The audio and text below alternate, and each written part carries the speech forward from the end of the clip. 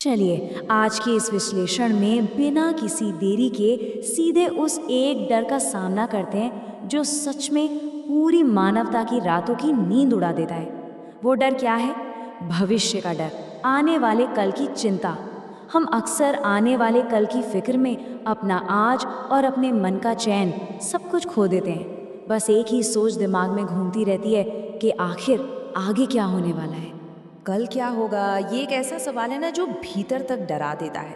हम बदलती परिस्थितियों से घबराते हैं। हम अपनी योजनाओं के पीछे ऐसे भागते हैं जैसे मानो हम ही इस दुनिया को चलाने वाले हों। ऐसा लगता है कि पूरे ब्रह्मांड का भार हमने अपने कंधों पर उठा रखा है।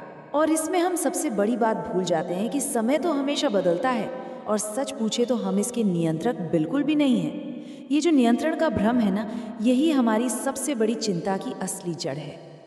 अब यहाँ एक बेहद गहरा आध्यात्मिक विचार सामने आता है, महाकाल का कंसेप्ट। महाकाल यानी वो शक्ति जो समय की सीमाओं से पूरी तरह परे है। सोचिए, जब हमारा जुड़ाव उस एक शक्ति से हो जाए जो समय के भी ऊपर है, तो ये समय का डर तो अपने आप गायब हो जाएगा। क्योंकि तब हम ये सच्चाई स्वीकार कर लेते हैं कि हालात को चलाने वाले हम नहीं हैं, बल्कि वो अनंत शक्ति है। ये सच में जीवन बदल देने वाला दृष्टिकोण है। तो भाग एक, असली दुख की खोज। चलिए इस बात को सोनू नाम के एक व्यक्ति की कहानी से गहराई से समझते हैं। सोनू, जो अपनी नाकामयाबियों और दुनिया के तानों से बिल्कुल टूट चुका था, उसे लगता था कि जिंदगी बिल्कुल बेकार है, इसका कोई मकसद ही नहीं है। अपनी इसी गहरी निराशा में वो एक बौद्ध भिक्षु से मिलता है, जो दरअसल भगवान शिव के ही एक रूप थे। सोनू ने वहां जाकर अपनी गरीबी और अपनी हर नाकामी का रोना रोया। लेकिन पता है भिक्षु ने क्या किया?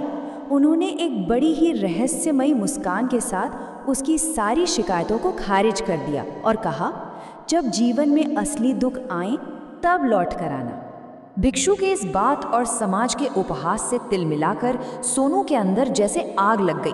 उसने ठान लिया कि अब तो कुछ करके दिखाना है।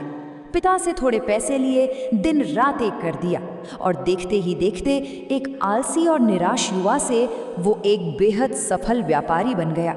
कमाल की बात देखिए, जो समाज कल तक उस पर हंसता था, वही 8 सालों में उसके आगे सिर झुकाने लगा। लेकिन यहाँ से शुरू होता है भाग 2, सफलता का भ्रम। देखते हैं कि कैसे ये सफलता आगे चलकर एक नया रूप लेती है। दोस्तों ने उसके अंदर राज्य का सबसे बड़ा व्यापारी बनने का लालच भर दिया, और ये जो नई दौलत थी ना, वो सच में उसके लिए एक त्रासदी बन गई। एक अंधे लालच और अजीब सी महत्वाकांक्षा के चलते उसने अपने सामान की क्वालिटी एकदम गिरा दी, और बिजनेस को अंधाधुन बढ़ाने के चक्कर में बाजार से भारी कर्ज ले लिया। नतीजा, वो पूरी तरह से दिवालिया हो गया। जो दोस्त कल तक वाहवाही करते नहीं थकते थे, अब वही उसे जान से मारने की धमकियां देने लगे। उसकी वो शानदार सफलता असल में सिर्फ एक भ्रम निकली। जब सब कुछ लुट गया तो सोनू रोते हुए दोबारा उन्हीं भिक्षु के पास पहुंचा। लेकिन हैरानी की बात यह है कि भिक्षु ने एक बार फिर इस भयंकर दिवालियापन को असली दुख मानने से साफ इनकार कर दिया। उन्होंने कहा कि ये तो बस दुनियावी उथल पुथल है। पर हाँ, इस बार भिक्षु ने उसे एक नया और ईमानदार रास्ता दिखाने के लिए मिट्टी में छिपाए हुए सोने के सिक्कों से भरा एक घड़ा जरूर दिया, ताकि वो एक नई शुरुआत कर सके। सोनू ने बिल्कुल वैसा ही किया। उन सिक्कों से अपना सारा कर्ज चुकाया और इस बार एक पूरी तरह से ईमानदार जिंदगी शुरू की। वो दोबारा सफल हुआ, लेकिन बिना किसी लालच के। सब कुछ ठीक चल रहा था, पर तभी जीवन ने उसे सबसे बड़ा झटका दिया।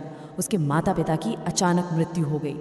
इस एक घटना ने सोनू को अंदर से बिल्कुल तोड़कर रख दिया। वो जैसे गहरे अंधेरे शून्य में डूब गया। और इससे हम आते हैं भाग 3 पर, परम सत्य। चलिए देखते हैं कि अब भिक्षु उसे क्या सिखाते हैं। गहरे शोक और अकेलेपन में डूबा सोनू जब तीसरी बार भिक्षु के पास गया, तो भिक्षु ने इस बार भी उसके दुख को खारिज कर दिया। उन्होंने मृत्यु को भी जीवन का एक अटल सत्य बताया, जो बच्चे बूढ़े सबके लिए बराबर है। और फिर उन्होंने वो सबसे बड़ा रहस्य खोला कि असली त्रासदी कोई बाहरी नुकसान दिवालियापन या अपनों का खोना भी नहीं है। असली दुख तो ये है कि इंसान एक बिखरी हुई आंतरिक ऊर्जा के साथ जी रहा है। वो अपने सच्चे आंतरिक स्वरूप से पूरी तरह अनजान है। इस विचार की गहराई को ज़रा महसूस कीजिए।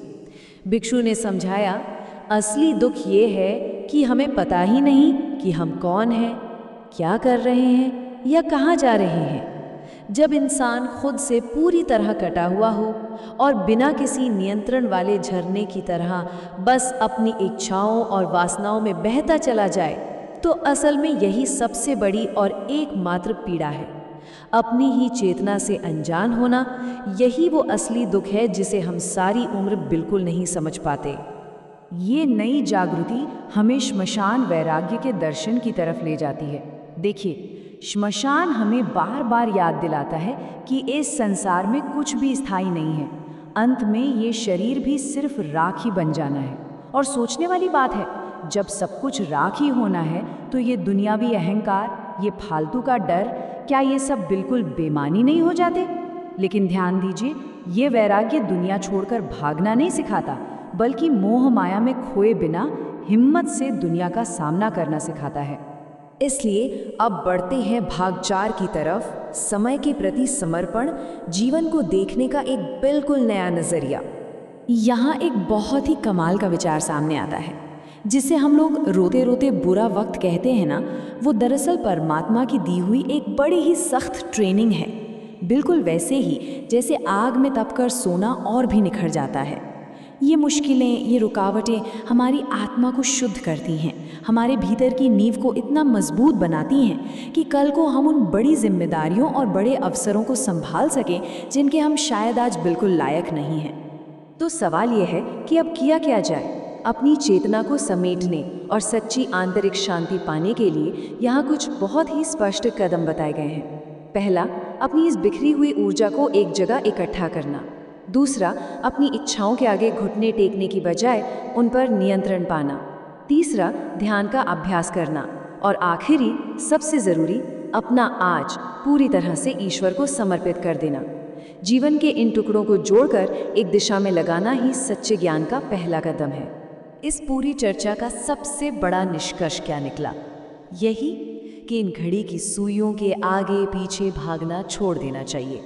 जो लोग बीते कल का बोझ और आने वाली कल की चिंता छोड़कर अपना आज उस महाकाल के यानी उस समय के स्वामी के हाथों में सौंप देते हैं ना, वे तुरंत समझ जाते हैं कि उनका कल अपने आप सुरक्षित हो गया है।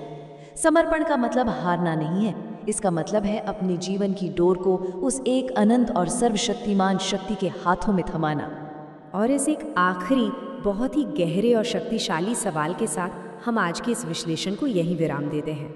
अभी इस वक्त हमारी आंतरिक ऊर्जा आखिर कहाँ बह रही है?